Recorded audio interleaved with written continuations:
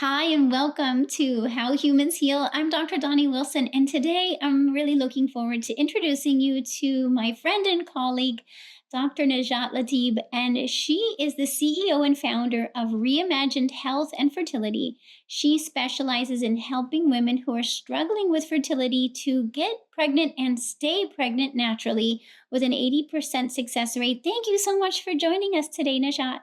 Ah, Dr. Donnie, it's an honor to be here. Yay! I'm so excited to finally have a chance to chat. Me too. And I'm so excited for women to get to know you and your protocol because you're helping so many women who've been struggling to get pregnant and trying to figure out what are they missing? What are they getting wrong? Why isn't it happening for them? And you're helping them to solve these solve the pregnancy issue by solving their root causes. So tell us more, like, first of all, how did you even find your way to this specialty of helping women with fertility? That's a great question. Well, all of us, I think, in this space of health and holistic practice, all have a story, right? So, I'm an ER doc by trade, right? I'm a board certified ER doctor, so I spent a large portion of my career in the ER saving lives. And of course, when it was ready to start my family, I had a regular period. I worked out all the time. I ate what I thought was healthy per se. Um, and it just didn't happen. And so I myself became a woman who struggled with infertility. And I was told I had unexplained infertility. I was told my labs were normal. I was told to relax and let it happen. And ultimately, what happened was I ended up going down the traditional road that we are taught in medical school happens and is the obvious road when you can't get and stay pregnant. You know, if you're below the age of 35, the expectation is you wait a year. If you're above the age of 35, you wait 6 months and then you go ask for help. Well, I was above the age of 35. I didn't get to start my family until later on in life. And so after 6 months of not being able to get pregnant, that's when I got all this workup done and ultimately was pushed down the road of IUI and IVF. So my eldest child was an IUI baby. And then after that, I got really worried and thought, okay, I better start trying quickly because it took me a number of years to have that first child. Did a bunch of IUI rounds, which all failed. And then ended up having to do multiple rounds of IVF. And it was a horrific experience. And I think the take home point that I want our audience to know and understand is that what I realize now is that had I known then what I know now, I didn't need any of those treatments. And so that is the reason that I have really become so passionate about this work. When I made the shift from emergency medicine to functional medicine, I had a concierge practice and I started taking care of couples. You know, inevitably, usually the wife would come first and then she'd be feeling so great that her husband would follow. And it was almost an accident because all of a sudden, these couples that I was taking care of who had been struggling with infertility were all of a sudden coming in and they're like, Dr. Latib, I don't know what you did, but we're pregnant.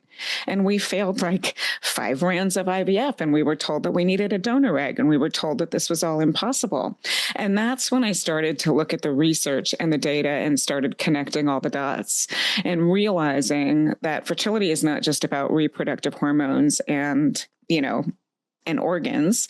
It's about your entire body getting into a state of availability to create life because I believe that our bodies are really smart. Right. And so when we're not reproducing, it's not because we're broken or because there's something vitally wrong with us. It's our body's way of trying to get our attention and asking for help.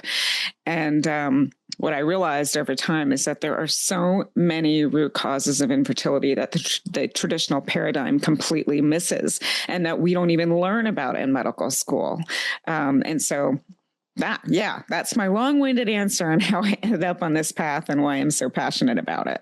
Oh, you're giving me goosebumps because it's so beautiful for you to be like, hey, this is what I wish I knew. And now you're sharing it with others to help them and you're seeing that it works. And I completely agree with you because as a naturopathic doctor and midwife, I've seen the same thing over the years. Like as women get healthier and we address whatever it is in their case that needs attention, all of a sudden they just start getting pregnant and they're like, how did I get pregnant? And I'm like, well, because your ovaries started working again.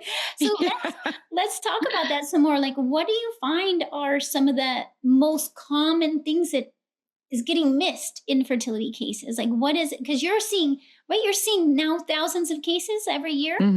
Yeah. What Yeah. with all of these women that you're helping them with their fertility? What are you seeing are the common things that is getting missed? Well, my list is kind of long. I mean, Not just one let's thing. It's not all no, one thing. no, there's no one size fits all solution, and there's never one reason. I think that's the take home point is there are usually multiple reasons and multiple factors for every single couple that comes into my world. I think one of the biggest things that is missed by the fertility paradigm is male factor. Right. I mean, sperm counts are headed to zero by 2045 due to all the factors that are honestly beyond our control. Poor food quality, exposure to toxins, and just lack of education. And then I think that what's particularly misleading at the start of anyone's journey is, what are normal lab ranges on your say your typical LabCorp or Quest requisition forms, right? I mean, that normal range is based on the scientific data from a middle-aged white male, which none of my people are middle-aged white males, right? They're all in the reproductive age range. So I always say that those lab ranges don't pertain and are not relevant. And so I have a much narrower lab range that I want my couples to get into to optimize for fertility. Thyroid is a really important one. The normal range for thyroid, you probably see this a lot in your practice too. I mean, theoretically 3.5 or 4 is normal. But if we look at the data and the science and the literature, we know that optimized for fertility women really need to have a TSH between 1.5 and 2. So, and the list is endless. Inflammation, metabolic dysfunction, insulin resistance, and a lot of cycle defects. People might be ovulating too early or too late. There may be a luteal phase defect. We're exposed to toxins that mimic hormones like estrogen, for instance, and can lead to estrogen dominant conditions, right? Which then creates a cascade of other effects. And so I think the bottom line is that the body is a complex web. And when we start to shift one part of the spectrum, everything else starts to readjust. So when I work with my couples, we might be tweaking our protocol, every couple of weeks based on what our body is telling us. And I think one of the fundamental differences, and I think that you and I have talked about this in the past, is that oftentimes the body gives us signs through symptomology, right? Through something you might be feeling and not necessarily something that we see in the blood or on a lab test.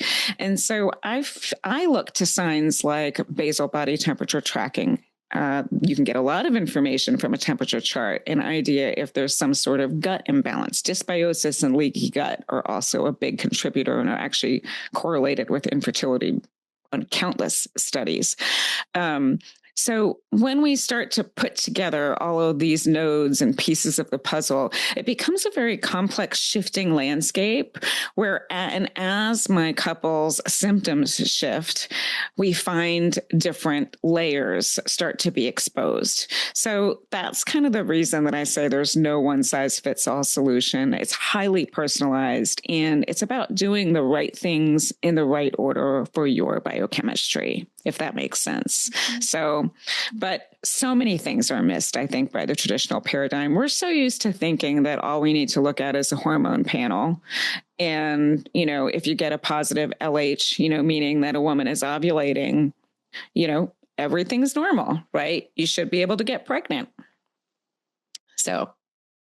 Absolutely. And it's such a good point that like you could go in and get standard blood work done. And it first of all, it might even just be a CBC and metabolic panel that isn't going to give you any, that could easily be normal and not tell you anything about your fertility, let alone getting the right test done and having, someone like you to be able to say, hey, let's get the right thyroid test, the right tests for your blood sugar and insulin, the right tests for your ovaries. Maybe you can share a little bit more about, because I know a lot of women who are working on fertility get kind of caught up in this whole AMH dilemma, and what does that mean, and what, where to go from there. I know you have some opinions on that too. Oh, 100%. So AMH stands for anti-Mullerian hormone, right? So anybody who's watching who doesn't know what it is, in the traditional paradigm, we're taught that equates very closely to the number of eggs you have left, right? But it doesn't tell us anything about egg quality, right? And the other thing that is a myth, shall I say, in the traditional paradigm is that AMH is a static number, meaning it does not change. And that could not be more untrue. I have found in my practice that we actually can influence AMH in multiple ways by doing all the things that we've talked about. And I've seen AMHs as much as quintuple. So I've had women who come to me with AMHs of 0.1 who are told that no way, no how, you're never going to have a baby without a donor egg and IVF is your only option. And I just look at that and say, I disagree, because I've had many women with AMHs of 0.1, 0.12. I had one at 0.15 recently get pregnant because we were able to get her AMH up close to 1. And it only takes one egg. It only takes one egg. And if we can groom that egg from the time it's in hibernation until when it ovulates, we're good to go, and if we work on sperm quality at the same time, 1 + 1 is 2, and then while we're doing that, we're healing the gut, we're decreasing inflammation, we're purging the body of toxins that are sitting in little pockets causing disruption in our body. And all of a sudden the body gets into a place of harmony and is able to get and stay pregnant naturally. So AMH is definitely influenceable. I always say AMH is not the end of the road. It's not a sentence. It's really just the beginning of a journey, and it's a signal. It tells us that we need to do some work. I think the other really good thing for our audience to understand is that our eggs are, all of us ladies are born with all the eggs we're ever going to have. In fact, we have all of our eggs in our ovaries when we are a fetus in our mother's womb. So it's wild to think that, your grandchildren were actually in your daughter's ovary in your womb, So it's kind of wild and crazy. But anyway, we're all born with all the eggs that we're ever going to have, right? We don't make more eggs. However, our eggs are in hibernation, right? They're in a state of kind of they're not fully developed. So they sit in the ovary. And then when it's time for us to develop, it's like the body chooses which eggs it's going to develop. And then it starts working on them. And it takes about 90 to 120 days from they start to develop until when they're ovulated. So what we do in that 90 days prior to ovulation is critical, not just for the health of the egg, but believe it or not, the health of the baby. And I think that's another thing that is really missed by the traditional paradigm. Nobody's talking about epigenetics and genetic expression and how we can actually impact future generations by doing focused work in the preconception period. And that focused work doesn't have to be hard. Like, I don't want anyone to think that this is really like crazy stuff. It's really just about changing the way that we're eating in a way that suits our biochemistry. It's about making lifestyle changes. It's about, learning how to lower toxin exposure. And purge toxins in their body. It's about getting higher quality of sleep so that DNA and cellular repair can happen at night, and so on, and so forth. And then, of course, optimizing lipid metabolism and sugar metabolism and decreasing insulin resistance. And of course, I think the other really cool thing for our listeners to embrace is that when you do all these things, not only do you put yourself into an optimal state of fertility, but you're actually going to feel like the best you've ever felt in your entire life. And you're getting healthier. And like what's better than that is to be healthier. And the studies that showed that when moms have healed leaky gut, it benefits their child, right? The child then has less likelihood of allergies, or yep. Healthier the mom, the healthier the baby and the future generations. So it's like, it's just a win-win all around, isn't it? Yeah. Absolutely, 100%. And if you look at studies on IVF babies, and I can say this because I have IVF babies, if you look at the statistics and the data, they have more health issues. It just is what it is. Just as babies born via C-section have a different gut microbiome than babies born via vaginal delivery, right? It's always advantageous to deliver vaginally. I had all of my kids via C-section, so I can say this, it was really hard for me. I didn't have an option to do it any other way. It was what it was. But I think understanding and going in with your eyes wide open so that you can do all the things on the other end. I mean, it's not like you're going to have a baby via C-section and your baby is ruined. No, it just means like, okay, I've had a baby via C-section instead of, via vaginal. It's going to have a different microbiome. And there might be some work that we need to do. As a child grows up, we're going to make sure that they're, eating fermented foods and, or addressing it with dietary approaches and food first approaches rather than, just not being aware. I think that's so powerful for women that you're coming into it saying, hey, I experienced it the more medicalized route, and that's okay. That's an option. And if you want to try to avoid that, here's how I can help you to work toward avoiding that. And no matter what, you're healthier in the process. So you're, more prepared for whatever is going to be happening for you. And the amazing thing to me, which I am excited to share, is that you do your work through a group program. So, because I think people might wonder, how's that, people are used to working one-on-one with practitioners, but in your case, you've figured out that you can help women to implement your protocol in a group program. So tell us more about that. Like, what have you found working in a group, and does it even better than working one-on-one? That's a great question. I actually have found that my couples in my groups have higher success rates, believe it or not. And I don't think it's a coincidence, because if we look at evolution and we look at, how we evolved as human beings, we were meant to do things in communities. We weren't meant to do them in a silo. And the shift that happens in biochemistry when we get a positive pregnancy announcement, when I have a group of women who have been on the journey struggling and they've become really close, it's like it elevates the entire room. And all of a sudden, people are realizing, oh my gosh, if she can do it, I can do it. And you know how powerful belief is when it comes to health, right? Us being in a place of belief and possibility is everything. And that's actually where I invite my couples to start. I said, the first thing we need to do is step into a place of belief, because belief changes everything, right? I also urge my couples to step away from baby making and step into love making, right? Because I believe that divine breeds life through love, right? And so many of us, including myself when I was on the journey, I am no exception to any of this, we get so preoccupied with, when am I ovulating? What's my cycle? And it's like so stressful. You're like in this constant trying to force it to happen.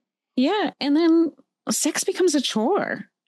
It doesn't become this beautiful bonding experience between two beautiful people who are trying to grow their family, and, a lot of men get performance anxiety in those situations. And it's just, I don't know. To me, I'm like, let's start with love. Let's start with connection. Let's sit in a place of belief, because once you sit in a place of belief, your parasympathetic system escalates and starts supercharging, right? What happens when our parasympathetics go up? Our inflammation decreases, our sugar metabolism, improves, our insulin regulation improves, our cortisol production goes down, and we start making our hormones more efficiently. And then when our hormones are being made more efficiently, our thyroid starts functioning. And it's this like spiral of positive effects just from getting into a place of belief. It's so simple sometimes. And obviously that's not everything, right? But that's where we start. And then we tweak, right? And when we find things in the labs that we need to address, we address them one by one. If you've recently received an abnormal pap smear result or told that you test positive for high-risk HPV virus, I'm here to empower you. Your body is powerful and it's designed to heal, even from HPV. I'm Dr. Donnie, and I've spent years helping women to tap into their natural healing potential. The Say Goodbye to HPV program provides you with a personalized, natural approach to support your immune system and clear HPV. This is about giving your body the boost it needs to do what it's made to do. Join the thousands of women who've taken this journey with me and start your own path. I think the important thing for people to know also is that, and I know that you do this in your groups too, is even though it's a group program, the reason that I think my couples have more success is one, obviously we're meant to do things in community as human beings, right? Not in silos. So that's first and foremost. But the other thing is everyone joins the program in different stages of their journey. And so a lot of times other people in the group are asking questions that you may not even realize that you have. So you're learning. And I also say, I'm also a big advocate of women being able to, and men also being able to interpret their own labs. I want them to walk away understanding their biochemistry inside out. I want them to know how to basal body temperature track, because my other founding value is I want them to take what I teach them, rinse and repeat it as many times as they can, so they can have as many babies as they want. And they don't have to come back and pay me every time when they want to have a baby. I want to teach them this foundational work and knowledge so that they can have the family of their dreams and not be dependent on a doctor. And so that is a big part of what I do, is also giving them ownership over their biochemistry.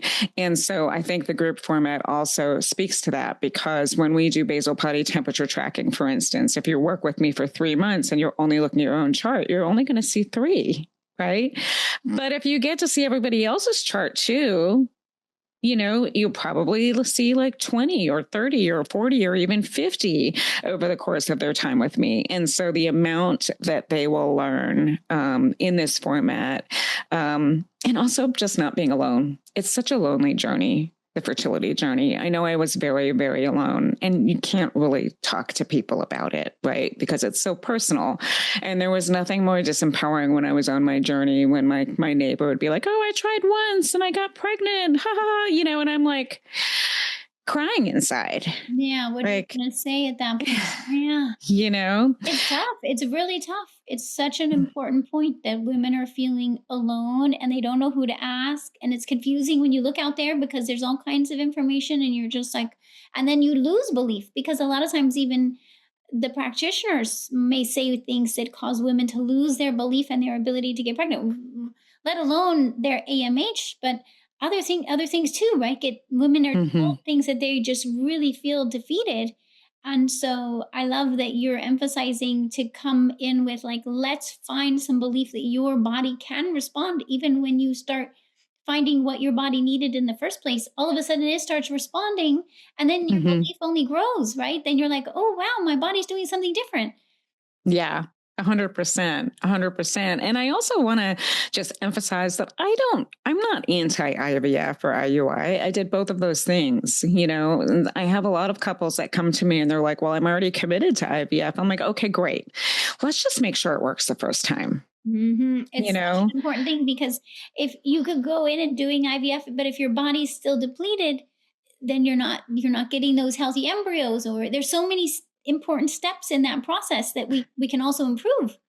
Absolutely. And if you work on optimizing egg quality and sperm quality before retrieval and before sperm collection, I mean, I've also seen tremendous shifts in IVF outcomes with my work. So even when I have, for instance, a woman who might have blocked tubes or something like that, she's obviously not going to be able to get pregnant naturally, but I'm like, it's okay. Like, let's nurture these beautiful eggs in your ovaries so that you get perfect, amazing eggs that all fertilize. And then you have lots of embryos to choose from. And let's try to not have you go through more than one egg retrieval. Let's see if we can get it right the first time, So I'm not anti-IVF or IUI. I just feel very strongly about people doing the foundational work.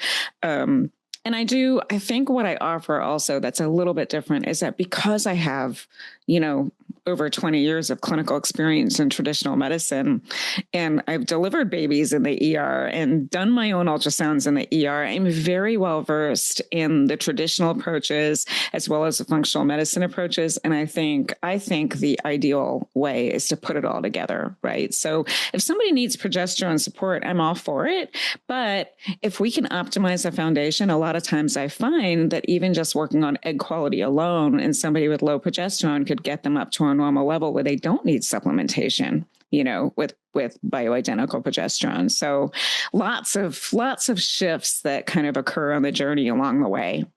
Well, and you're mentioning, just that this is all that's missing from a standard approach. If you're going just to the gynecologist or just to the fertility specialist, they're gonna focus in on their protocol and approach, but they are gonna not touch on any of what you're referring to as a functional medicine, like the mindset, the diet, the supplements, the gut healing, that's not part of their training. So that's just not going to happen there. You're going to really increase your success rate and your odds. You might as well take a comprehensive approach and do that with someone like you who has the experience and has it all laid out for you. You don't have to just be searching online trying to figure it out yourself when you can. It's just like right here. Like you're right here, Dr. Nashat. I know. Right here, yeah. It's helping women for real. Yeah.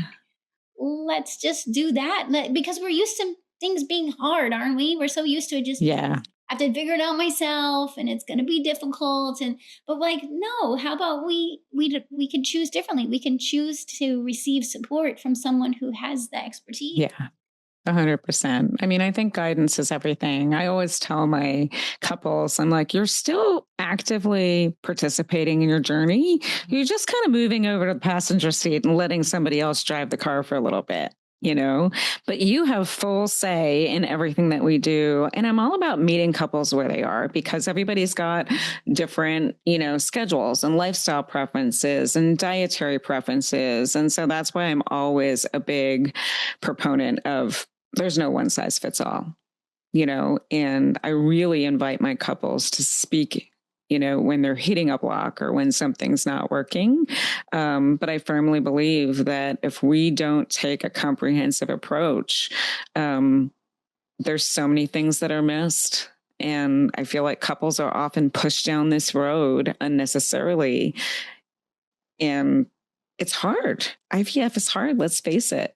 It's very hard on the body. It's ridiculously expensive. I personally spent over $100,000 on my journey. And while I was blessed to have been able to do that, it definitely put a big hole in my pocket, and it was really hard and it was really stressful. And, I'm also a big advocate for keeping this affordable. But like you said, you were like, there's so much overwhelming information out there. And so the other message that I have is, would you go pick up a book and read all the pages out of order, or would you rather have somebody put them in the right order so that you can read them and get through the story and get through your journey with an organized plan and with direction and cohesiveness and clarity? Because I find that a lot of my couples have done all the things. They've tried the diets and they've tried the supplements and they've tried the books and, they've taken some medications. And I don't have anybody that doesn't come to me without having tried a million things. And my whole thing is, if you're sitting here and any of this is resonating, then clearly what you're doing didn't work, and nothing changes until something changes, right? Exactly. It's so true. Nothing changes until we get that information that's just in our blind spot, but we need someone else to help us see it and be able to create those changes. And there's so many more couples struggling with fertility worldwide, all different ages, right? This is a growing concern. It is. 1 in 6 couples, I think, is the current statistic, are struggling with infertility. And 50% of couples struggling with infertility, there is a male factor component. It might not be all male factor, but 50% of the time, male factor plays a role. I'll be honest, I haven't seen a single semen sample in a very long time that was good enough for natural conception. I've seen a few that have been good enough for IVF and IUI, but it's pretty rare to see a semen sample that's good enough for natural fertility, which is kind of crazy and scary. So you help them as well in your Hmm. program. Mm. Yeah, I do both female and male factor. My preferred methodology of working is to work with both members of the couple if it's available. Wonderful. Amazing. Yeah. And if someone's interested in your program and wanting to know more about how you do what you do, I know you offer a masterclass. Tell us more about it. The Get and Stay Pregnant Naturally masterclass. Yeah, so I do those, once in a while. I've had a lot of interest. I'm doing one coming up in, let's see, it's today. It's coming up on March 10th. So anybody who gets a hold of this and wants to take a look, I think you'll have a link in the show notes. And if for some reason somebody's watching this after that, I do have other ways. I have another masterclass that they can watch, get some information, and then there's also an opportunity to book a call. And I will speak with couples for free. They can apply to have a call with me, and we can figure out if they are a candidate for my support. I believe in transparency. So I always tell my couples that the purpose of the call is really for us to figure out if they're a candidate for my support, and that if they are not, for whatever reason, I will give them some clarity, and either way they leave the conversation with a very clear plan, with some peace and some direction, and hopefully some new knowledge. Wonderful. That's the way it should be, right? Like if we can just say, hey, Yeah. let's get together and see what's your situation. Does this match with your program or not? And where can you go from there? And I offer that same thing too with people that I work with, because it's just so important. We don't get that out there in the world. And so I think Mm-mm. sometimes people might be like, it almost seems too good to be true, but I can tell you, you're not too good to be true. You're the real thing. And Oh, to know that you just authentically are here to help people and genuinely help them figure out what's going on, and to get to that, to grow their family the way they're hoping. 100%. Yeah. And I'm the first to turn a couple away if I can't help them, because this journey is so hard and so emotional. And the last thing we want to do as, providers is set anyone up for failure. Right. So I'm very honest with my couples that, Mhm. okay, like this may or may not work. Or if I'm like, there's no reason this shouldn't work, like they know right away where they fall on the spectrum. And I'm like, whatever you do, you go in and you make an informed decision on your journey. But it's amazing. I think kind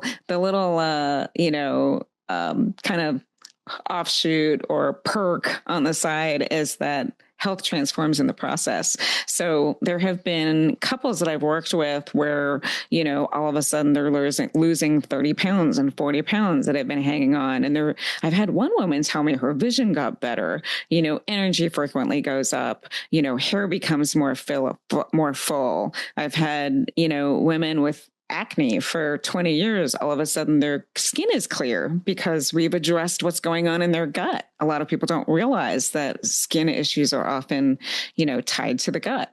And I've even, believe it or not, had people been able to wean off of anxiety and depression medications because 90% of our serotonin is produced in our gut. And so there's so much windfall and beautiful, downstream effects from preparing the body for optimal fertility. Because let's face it, when we're optimally fertile, we're optimally healthy. So those two things go hand in hand. And I think that's probably the biggest thing that the traditional approaches miss, that you and I do every day in our practices. Absolutely. I see it all the time. And I know you have amazing, amazing stories as well of people who thought they could never get pregnant and then they do. Yep. Yeah. I mean, yes, I'll tell you two stories. I have one couple, actually, they're on your side of the world in Jersey. And she is a board certified endocrinologist. Her husband is an interventional cardiologist, and they had been trying for 7 years to get pregnant. And they had 7 failed IUIs. And then they went and did 3 failed rounds of IVF. And she was hospitalized twice for ovarian hyperstimulation syndrome.